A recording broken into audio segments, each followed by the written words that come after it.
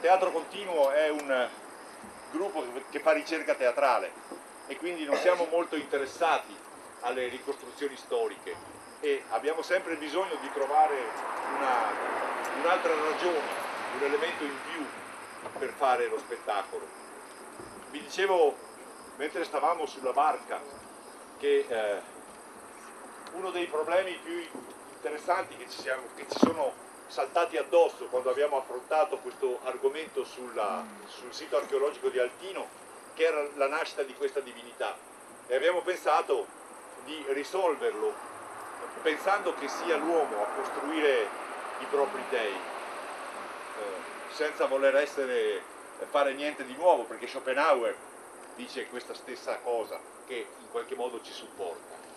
Ma c'è stata un'altra ragione sulla quale siamo dovuti intervenire per riuscire a costruire una drammaturgia, e abbiamo dovuto pensare che così come esisteva una divinità che si colloca qui al di sopra delle cose mentre qua sotto ci stanno gli uomini, sia la religione sia l'antropologia ci insegnano che esistono sempre delle figure intermedie tra queste due posizioni limite, che hanno la possibilità di creare delle mediazioni.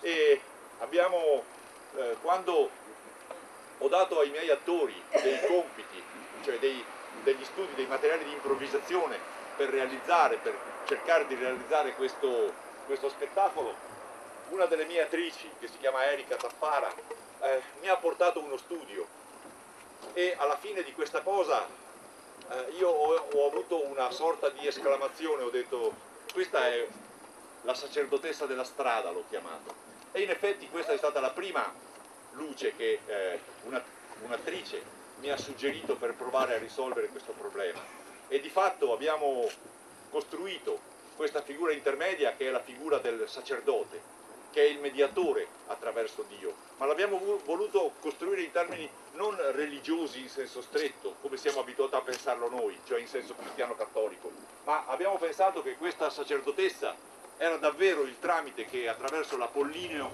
cioè attraverso ciò che è la luce, ciò che è la poesia, ciò che è la musica, ciò che è la bellezza, riesce a portare l'uomo fino alla divinità. Un'altra attrice, che si chiama Luciana,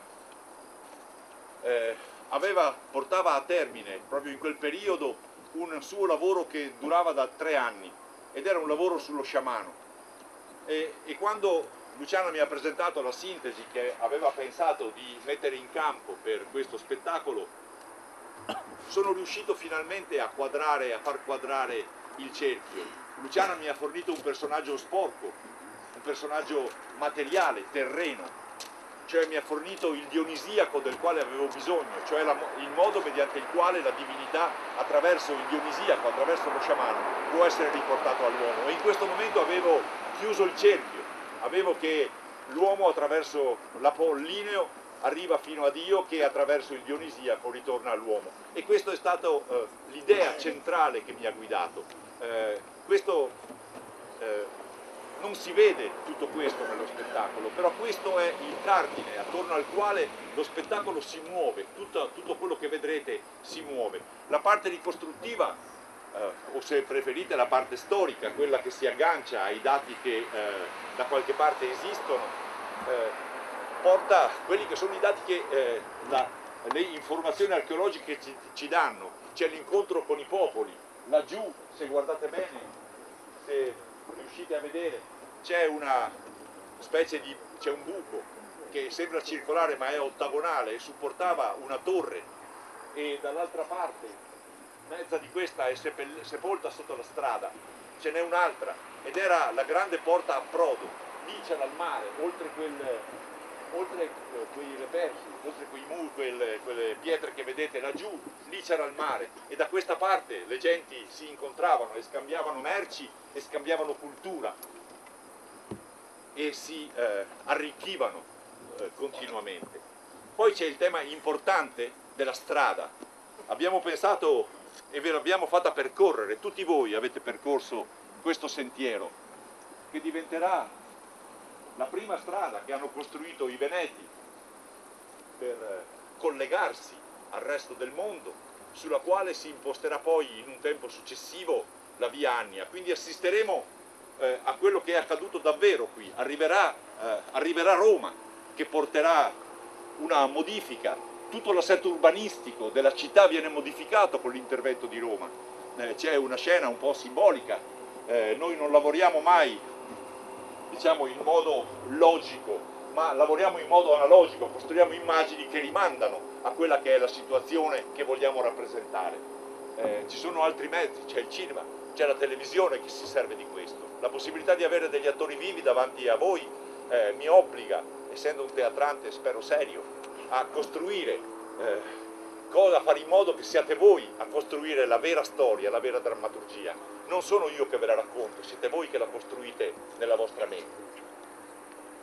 E quindi ci sarà la via Annia con l'arrivo di Roma, col nuovo assetto e tutta la nostalgia che questa cosa comporta, per arrivare alla fine a quell'episodio del quale abbiamo parlato per tutto il pomeriggio, l'arrivo dei Longobardi, che decideranno la fine di questo posto. Qui il mare si riimpadronirà della terra e per 15 secoli non si parlerà più di Altino. Per 15 secoli questa terra resterà preda della natura. L'uomo non ha più niente per 15 secoli da spartire. Questa sarà l'ultima scena dello spettacolo, solo che alla fine dell'Ottocento gli aratri incontrarono delle cose e si scavò, e Altino sta tornando adesso alla luce, dopo 15 secoli di tempo trascorso. Vi auguro buona serata.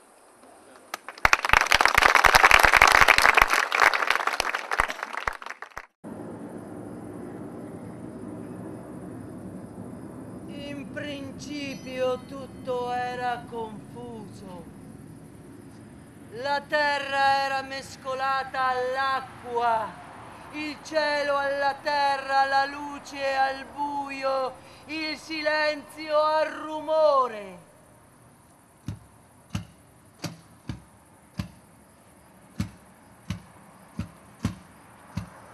Anche l'uomo si confondeva con la terra prima, poi cominciò il grande lavoro. Cominciamo con l'uscire e diamoci da fare!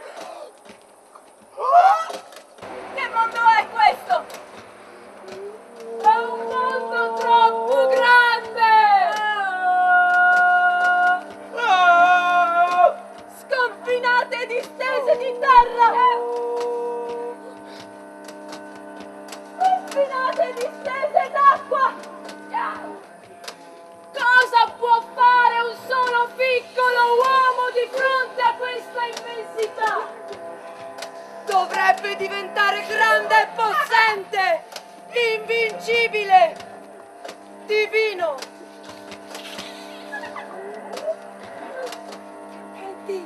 Il mare si è riportato al mare! Bisogna essere in aperta palude per conoscere il silenzio della notte. Si direbbe che cada da ogni luce e dal profondo sepolcro della luna. Bisogna essere in aperta palude per consolare il vuoto sconfinato, come fosse un bimbo senza madre.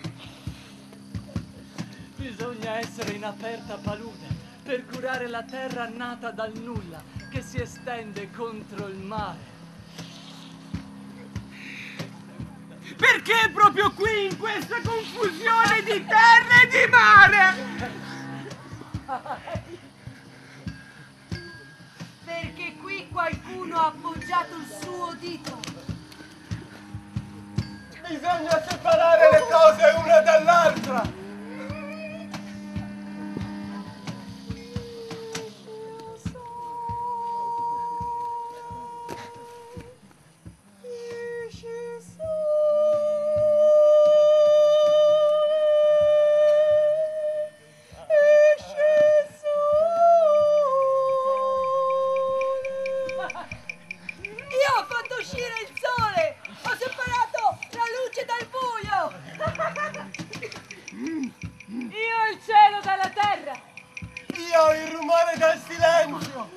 Io l'impossibile dal possibile.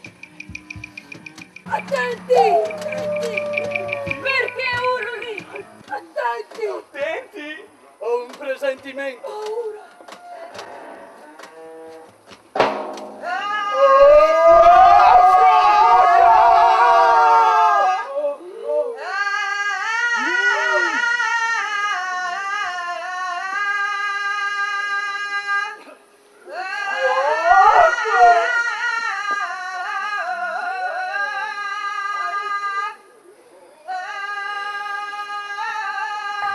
Capitò un giorno di vento e di tempesta, in un luogo dove la vegetazione era così folta che i rami degli alberi, strofinandosi fra loro, produssero una scintilla di fuoco. I primi uomini ne rimasero terrorizzati, poi si avvicinarono. Era tremendo, ma piacevole.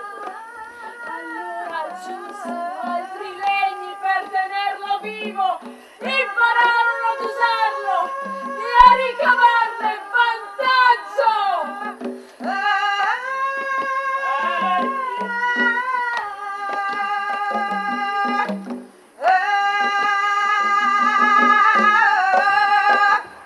Nuvole di fumo si alzano verso il cielo, l'alito della vita si vola verso il sole, dove l'ardente fiamma riunisce ciò che era separato.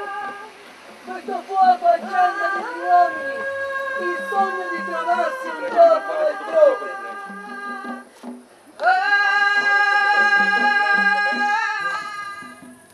Quando il fuoco si congiunge con l'umidità dell'aria, il loro figlio il fumo si disperde dappertutto. Ah, sì! Lui ha preso la potenza al sole del mattino, alla luna del vespro ha tolto la forza. Ricongiunge gli erranti e riunisce quelli che sono separati.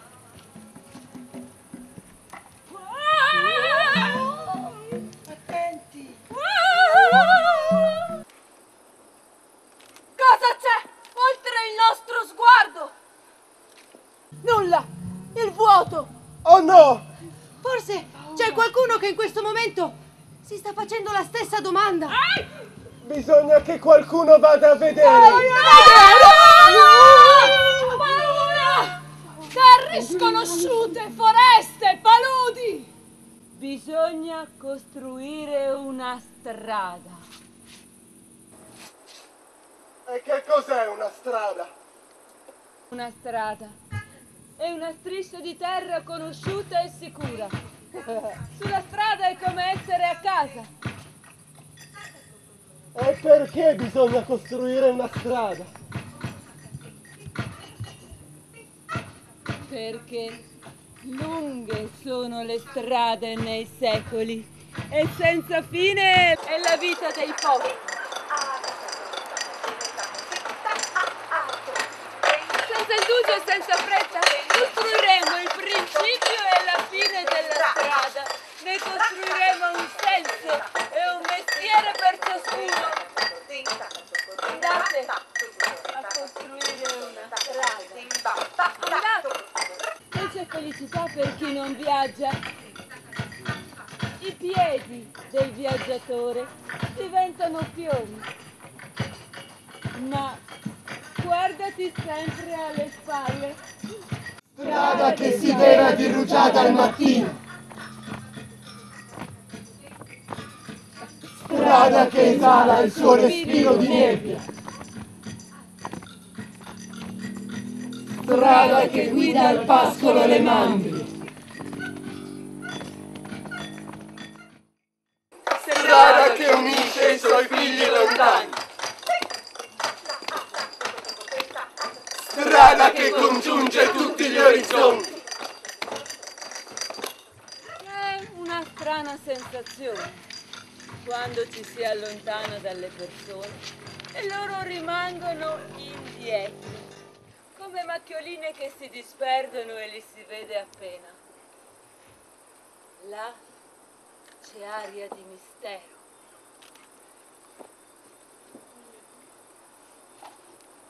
spandi questo sale e battilo e costruisci una fasciatura perché gli amici ci trovino e speriamo che i nemici non sappiano trovarci.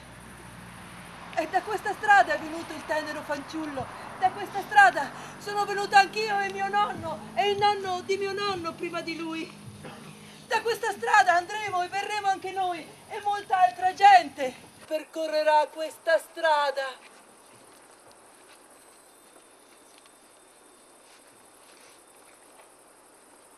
Abbiamo costruito una strada che ci collega al resto del mondo. Abbiamo allargato i nostri orizzonti. È tutto pronto per la grande casa davanti al mare. Domani esploreremo le terre tutto intorno. Poi, per 7 giorni, resteremo qui, ritirati ad aspettare. Daremo un nome ad ogni cosa. Trasformeremo l'intelligenza in saggezza. E la vita sarà buona. Gente nuova verrà da tante parti. Avranno bisogni diversi dai nostri e ci parleranno di sicurezza e di potere. Poi ci chiederanno di rivelare i segreti contenuti nelle nostre storie. Segreti? Noi non abbiamo segreti. Non abbiamo segreti.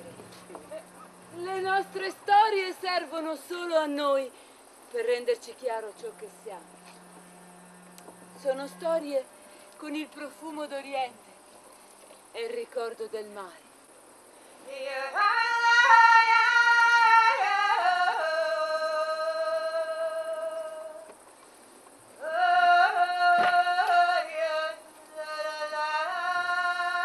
Poi di noi non rimarrà che il silenzio. Io sono un piccolo povero uomo. A volte posso sembrare inutile, ma che cosa può fare un piccolo uomo di fronte all'immensità del mondo? Dovrebbe diventare enorme, potente, forse divino. Se i cavalli avessero dei, li rappresenterebbero in forma di cavalli. Se gli uomini avessero dei, li rappresenterebbero in forma di uomini. Il mio Dio sarà alto, magro, bello, lunghi capelli e bruni, agile, occhi vivaci. Molte sono le cose mirabili, ma niente è più mirabile dell'uomo. Egli si spinge al di là del biancheggiante mare, tra il vento tempestoso passando tra i profondi flutti. Tormenta la terra, suprema fra le dee, di anno in anno rivoltando nelle zolle. Richiama con insidia e depreda la famiglia degli uccelli dal volo leggero e le faune subacquee che scaltro avvolge nella maglia delle reti. Con l'astuzia domina le belve agresti e il cavallo dalla folta criniera piega il suo braccio. La parola, l'alto pensiero e i civili costumi conosce.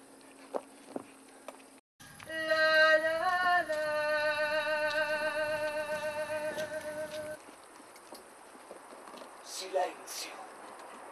Prima del primo pianto c'era silenzio ed un rumore impercettibile e terra ed acqua, inquietudine, desiderio, volontà.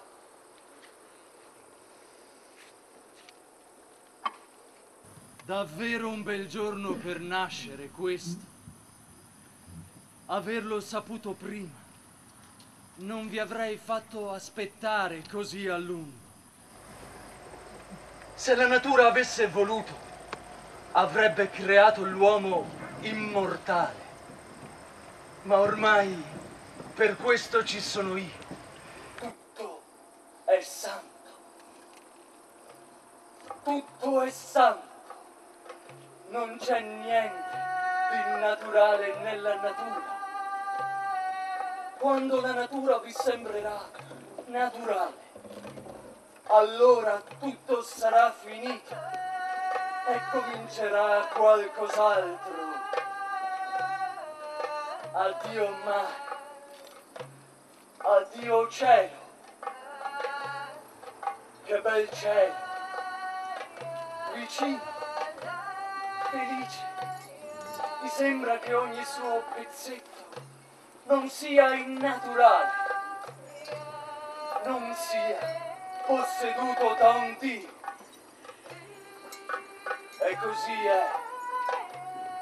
Guardate laggiù, quella striscia nera sul mare lucido e rosa come l'olio, e quelle ombre di alberi, quei canneti. In ogni punto in cui i vostri occhi si posano c'è nascosto un Dio, e se per caso non c'è, ha lasciato il segno della sua presenza sacra. Oh, silenzio, odore di erba, fresco d'acque dolci. Sì, tutto è santo.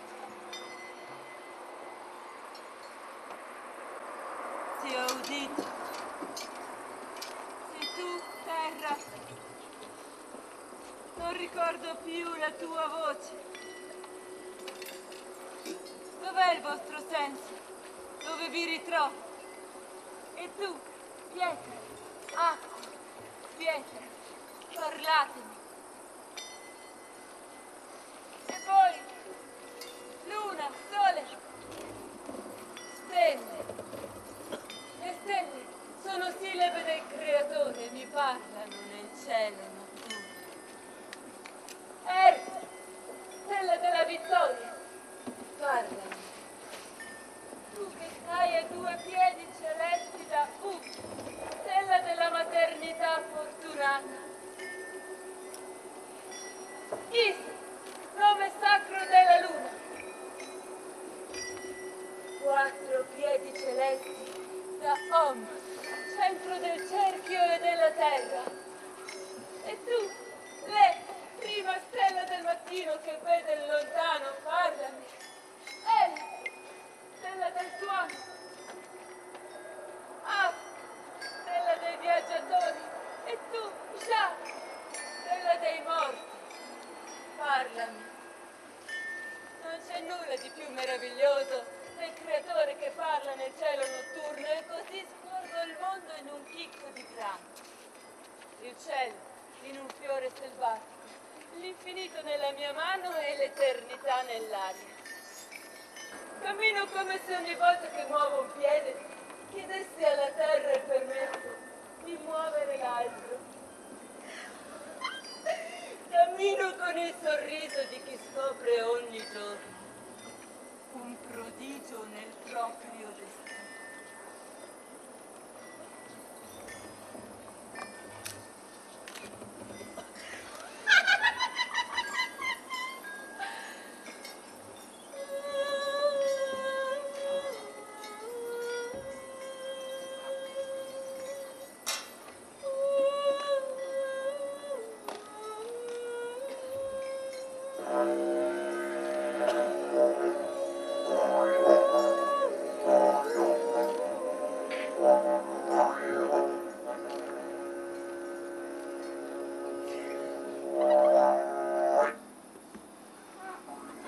Innalzati, mio spirito. Innalzati dalla boscaglia, mio guardiano, innalzati dalla boscaglia con la tua folta chioma. Emergi dalla roccia dove giaci. E tu, dove splende il sole, guardami! Esseri del tuono, guardatemi! E tu, dove il gigante bianco vive potente, guardami! E tu, dove scende l'estate, tu, dove il sole splende, guardatemi! E tu, aquila dal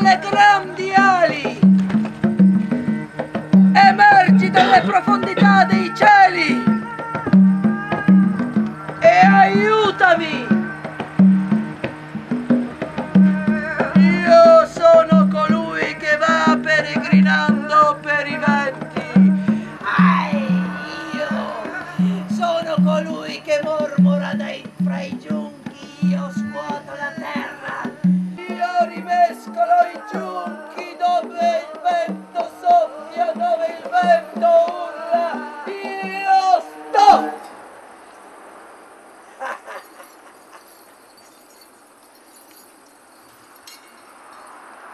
Viene il vento dalle gambe infinite, io vado errando nella notte, il nero serpente viene da me, viene correndo e turbina intorno, l'aquila potente viene da me.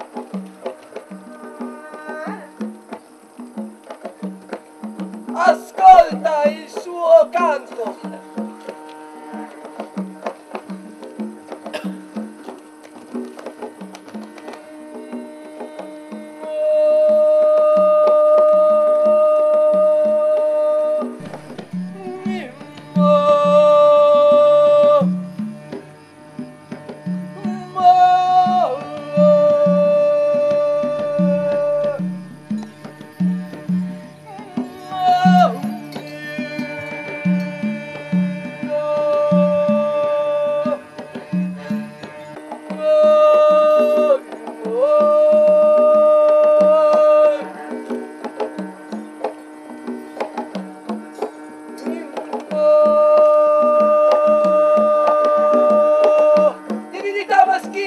Ho bruciato fumo per te! Risanami!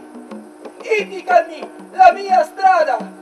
Essendo com'ero tanto tempo fa, possa io camminare!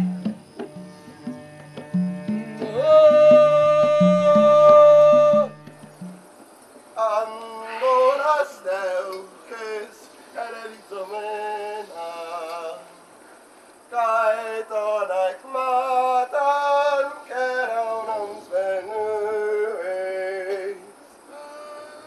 Chi è costui che viene da lontano? È uno o sono due? Sono i gemelli, figli di un grande Dio, irresponsabili del giorno e della notte. Miserio metti, cosa sapete voi di cosa è il tempo? Di cosa contiene la mente? Di dove vanno a ribaltarsi i pensieri delle stelle e della morte? Niente, sapete. Sciocchi. E quando verrà la vostra ora, avrete paura! Chiamerete i sacerdoti, bacerete immagini sacre o leccherete acque benedette. Oh, già vi sento. Direte le preghierine. Io sono stato buono, io non ho mai fatto male a nessuno. Pregherete per la vostra anima. Anima. Vi pisciate addosso la vostra anima. Sentite il calduccio, credete sia il cielo infinito. Vi sentite puliti.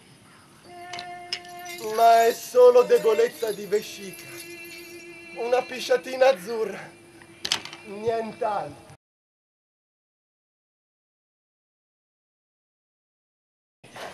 Parli di anima, di paura, ma agli uomini, a loro, bastiamo noi. Tu non sai niente, tu non sei niente. Quando l'alba lotta contro le tenebre della notte, sono polluce. Quando il tramonto doma i cavalli del carro del sole, sono cassa. Ma guarda, è quasi grigia l'erba di quella gobba. Grigio il cielo, grigio il mare. C'è solo sui profili della campagna un contorno turchese. Ed erba avida, rinata, forte, presente. Dei cavalli pascolano, ma come sempre ne vedo il muso, incapace di avere altre espressioni, se non quell'unica di superbia che gli è rimasta impressa sin dalle origini. Quel muso mi rivela tutto perché c'è uno scambio di sapere tra le bestie e gli uomini, e quegli uomini sanno quanto superiore sia il sapere delle bestie. Ma il mondo deve ignorare la sapienza, perché la sapienza ferma le cose. Invece le cose vogliono continuare a rotolare, urtarsi e sporcarsi fra di loro. Ma il sapere dei cavalli e il sapere del ritorno furono costruiti su quel sapere migliaia di tabernacoli, milioni di recinti e di templi, imperi di campi coltivati, e i cavalli vegliano come vecchi immuti che sanno la forma del tempo. Tutto tende alla sabbia, eppure sembra impossibile il deserto. Ogni vita che trascorre intrecciandosi alle altre vite, ogni inizio e ogni fine, ogni speranza e ogni paura, anche la più sciocca e vana, disegnano rose e margherite perfette, gigli e ardenti papaveri, narcisi e morbide viole. È un'erba verdissima che non secca mai, sebbene qualcosa muoia ogni momento.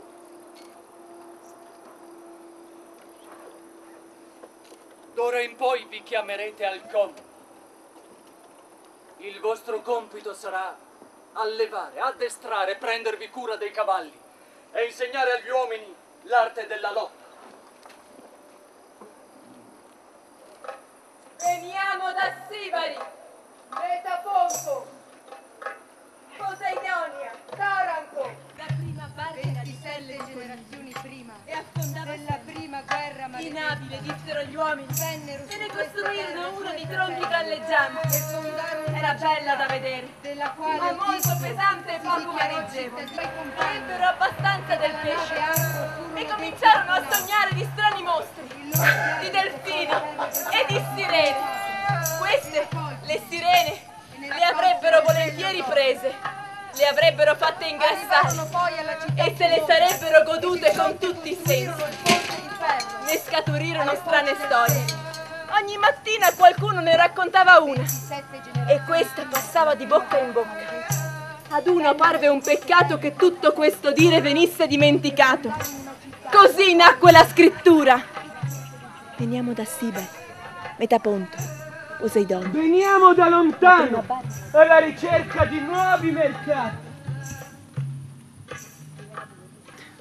Nato da una zolla di terra, bambino, ma saggio come un vecchio. Fondatore di tutte le città dell'Appenninica Etruria. Colui che ha scritto le norme rusticali. I nostri morti siano onorati qui come in patria.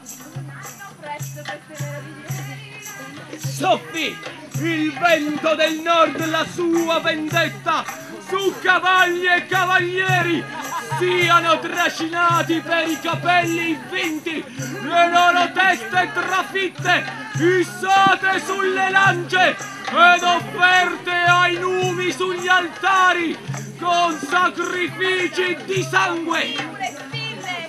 Fummo attratti dal desiderio di messi e soprattutto dal vino, un piacere per noi del tutto nuovo. È per questo che ora, come un mare in tempesta o una calma risacca di marea, inondiamo queste terre. Sono merci che arrivano da ogni parte del mondo! Il mondo intero sta arrivando! La nazione sta nascendo! L'Aquila ha portato il messaggio! Da tutte le parti stanno arrivando! Il corvo ha portato il messaggio! Il sentiero che ne esce in nuvola scura! Un lampo galleggia su di essa! Le regole sono semplici. Bisogna evitare quanto è biasimo e vergogna di rubare, di fare adulterio e di ingannarsi l'un l'altro. Chi non rispetterà tali leggi verrà allontanato o ucciso per sempre. Ma dove venite? Quanti anni avete? Predolate che imprigionano al sole, perle trasparenti e pendagli d'oro, pillole, spille, collane, orecchini, doni preziosi per dire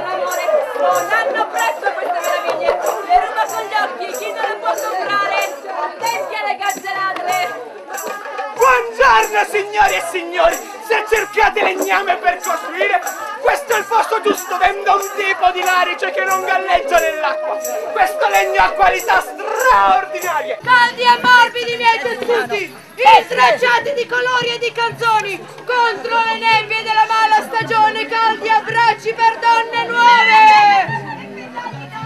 Anche gli uccelli sono prolifici e si accoppiano facilmente, come fanno le piccole piante. Le galline che vendo al mercato sono piccole, ma fanno l'uovo ogni giorno.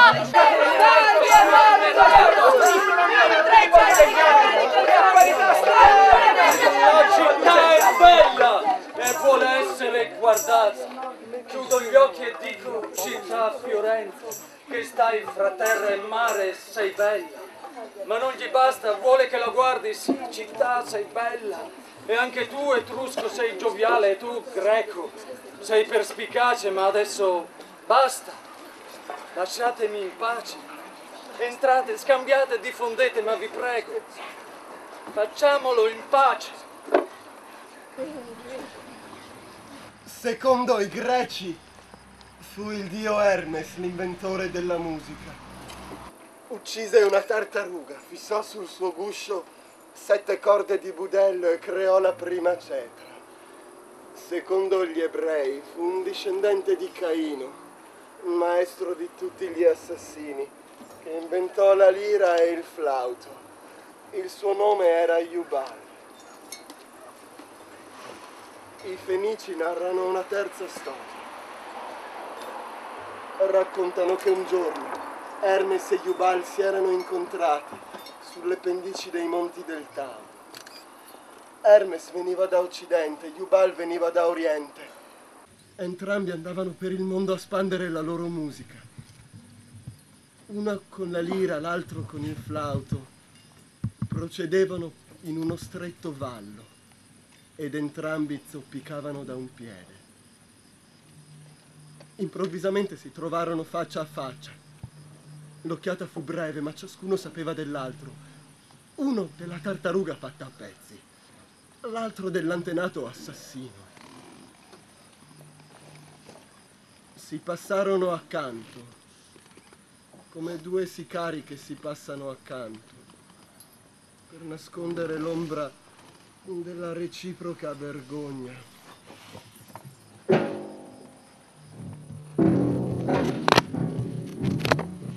Vengono verso di noi, schierati lungo la strada. Non portano guerra, ma pace. Una pace senza bacio. La loro venuta non somiglia a una fine, ma nemmeno a un principio. Ma chi sono? Sono i figli della lupa! I figli della lupa hanno fatto strada. I figli della lupa hanno percorso la nostra strada e abiteranno con noi nelle nostre case. Al sud di queste terre vivono molte gente. Si dicono figli di un dio lupo che ha ucciso il fratello. Sono feroci e pronti ad azzannarsi fra loro come ad azzannare chiunque. Sono in preda ad una feroce febbre di guerra. Assaltano, derubano, deportano, conquistano. Hanno un dio che li guida, un lupo armato di spade invincibili. Hanno armi splendide e taglienti. Sono spergiuri, tradiscono qualunque patto. Vogliono conquistare la terra, il mare, il mondo. Noi romani marciamo sempre in ordine squadrato, per 2, per 4, per 6, per 8, tutti al passo ritmato, tutti fieri. Noi faremo fiorire questa terra, non solo i campi, i pascoli e il mare, ma i commerci, gli scambi e i baratti. Questo lembo di terra è un grande emporio, merce e lingue di tutte le culture. Tutto cambia intorno a me, io cammino dove tutto è cambiato. 4 quadranti del mondo. Fatemi vedere oltre le nebbie, oltre le nuvole. Indicatemi la mia strada.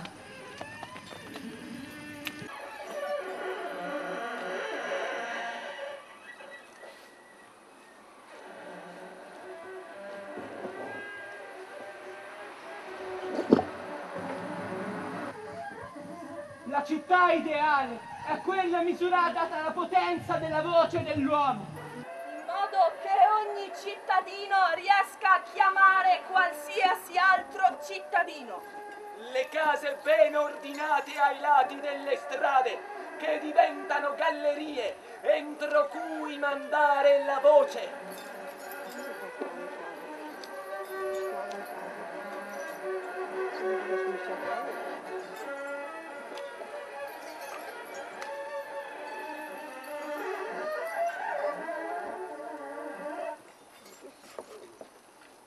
Così deve essere la nostra nuova città.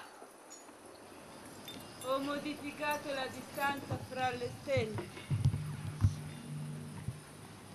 e ho compreso di essere al centro di una via che diventa di giorno in giorno più popolata. Non possiamo fermare il ciclo dell'uomo, nessuno può farlo. Dobbiamo incontrare altri uomini, ma l'incontro ha un prezzo e pagarlo è inevitabile.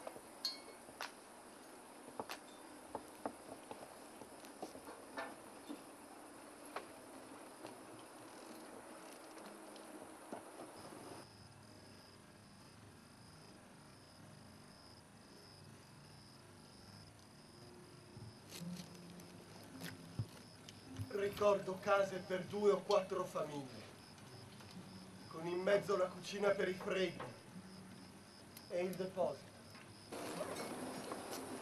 E fondamenta di pietre di fiume e robusti tronchi, e pareti d'argilla e paglia tritata seccati al sole. E avevamo campi di grano e orzo, e favole, e ceci, e i frutti dei boschi, e funghi, e campi di meli, susine, giuggiole. Poi vennero quelli che ci portarono noccioli d'olivo e vitigni con le radici. E vennero i mandriani. Erano allegri, impararono subito la nostra lingua. Arrivarono con carri tirati da cavalli e merci che scambiavano con noi e quelli della costa e cantavano, ballavano, avevano strumenti per suonare. Ricordo del nostro tessere la lana e il lino e la canapa, e il fabbricare pentole, il costruire vasi, ornati d'ambra che strofinata con le mani si caricava di una forza simile al lampo dei temporali. Noi tutti eravamo una sola grande famiglia. Noi tutti siamo una sola grande famiglia. Quando vennero i figli della lupa per fondare qui una colonia, dapprima scacciarono i barbari che già vi abitavano. Poi accadde che un romano aprì nei pressi di una fonte una bottega con ogni genere di mercanzie. Con questo stratagemma riuscì ad attirare anche i barbari, che si avvicinarono dapprima singolarmente e poi in gruppo. E così, alla lunga, i rozzi barbari mutarono spontaneamente i loro feroci costumi in una finezza, in una cortesia, che molto avevano di quella romana. Ed io, che cosa farò? Mi chiameranno Giove o forse Nettuno, o sparirò per sempre. Sarà comunque un declino. Nuove città sorgono sempre sulle città più antiche, sulle loro rovine, e così nuovi dei siedono sempre su dei più vecchi. Come un fiore che si apre di continuo, lasciando cadere a terra i petali più vecchi. Pazienza, moriamo. Mi disferò e concimerò questo fiore che nutre e divora se stesso. Ma che cosa incomincia per voi, dove andrete usciti dal cerchio? Vi perderete in una nuova spirale, o in una piramide la cui base sarà il cielo e voi l'apice. Ho un po' di freddo, anche paura. Ulula il lupo. Ecco.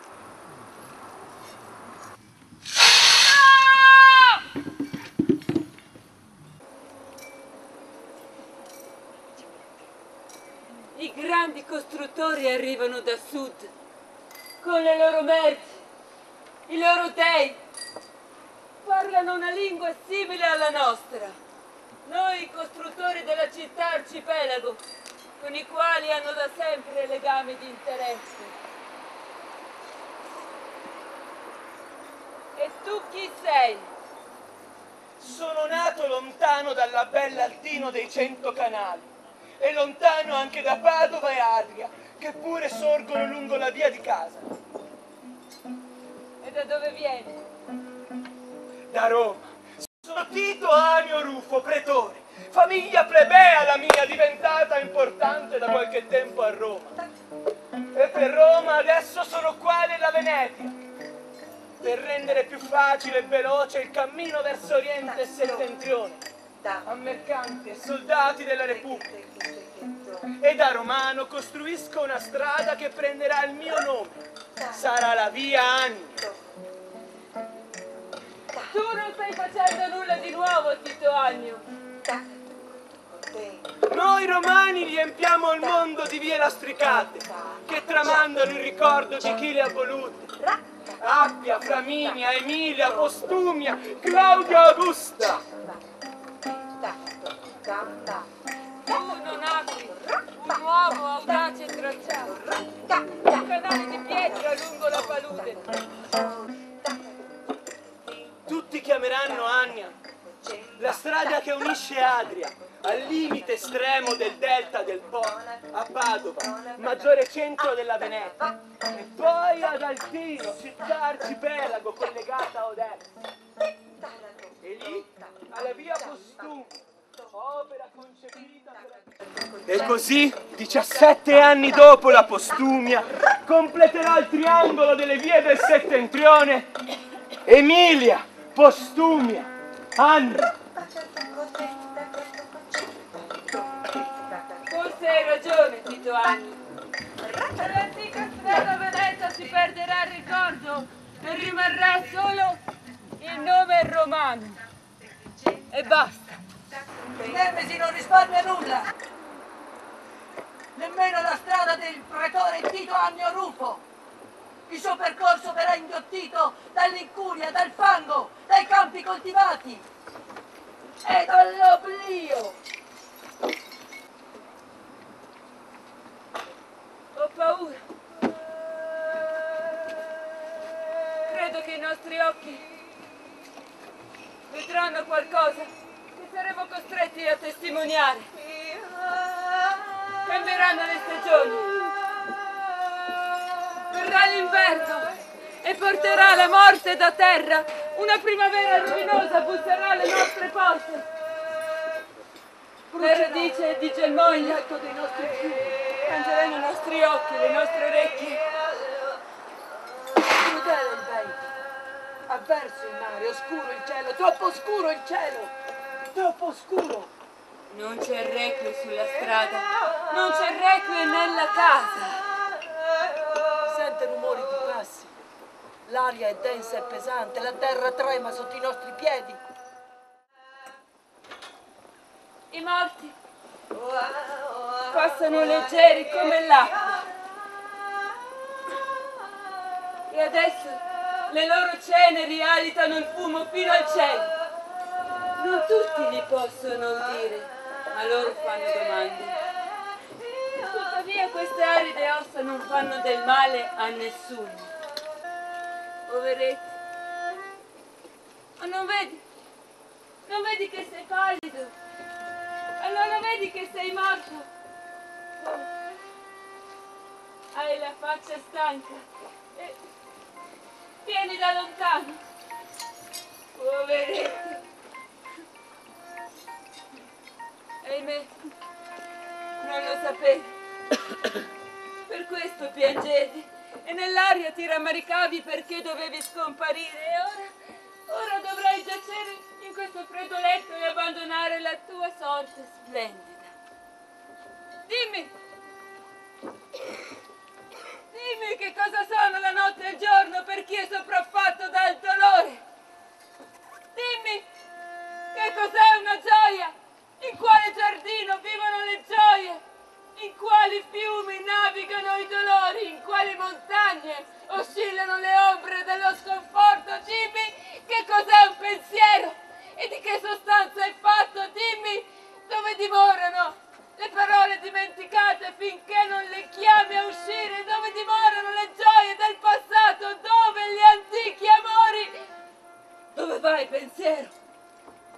terra remota alzi il volo e se ritorni, porterai forse conforto, rugiada o miele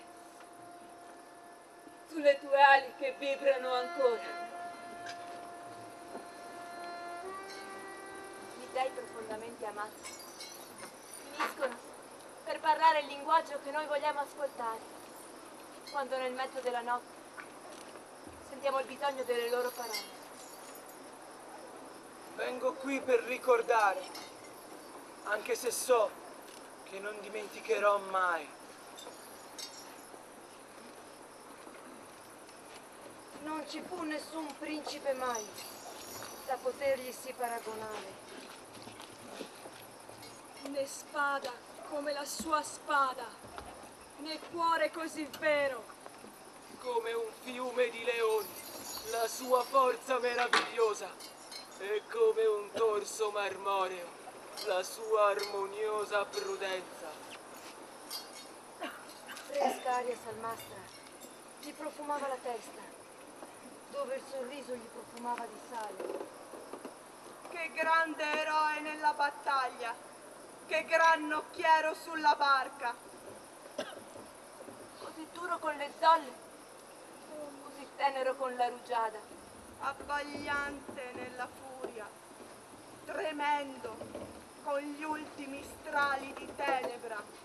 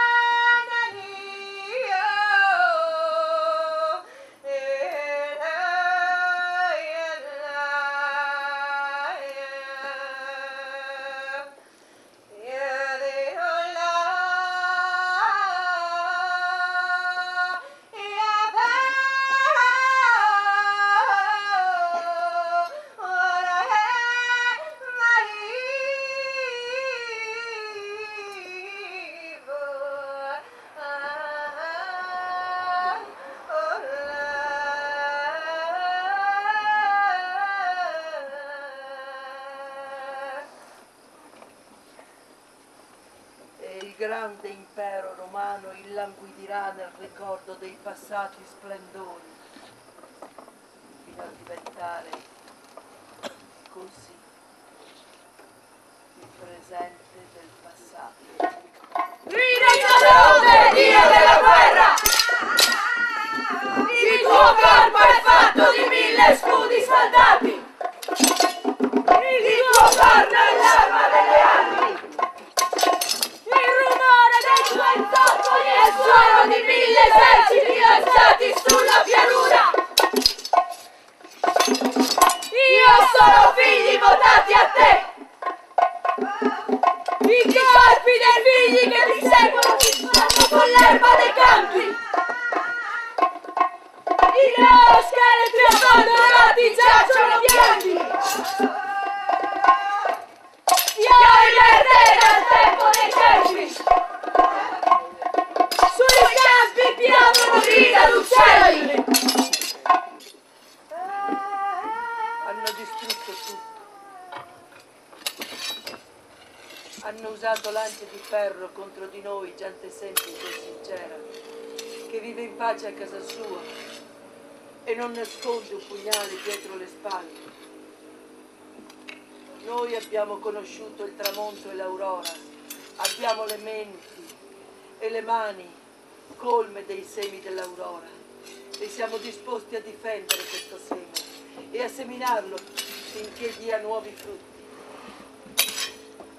Anche se dovessimo scomparire dalla faccia della terra e verremo dimenticati come ombre del passato, ci sarà sempre un tempo per un nuovo seme e per un nuovo frutto.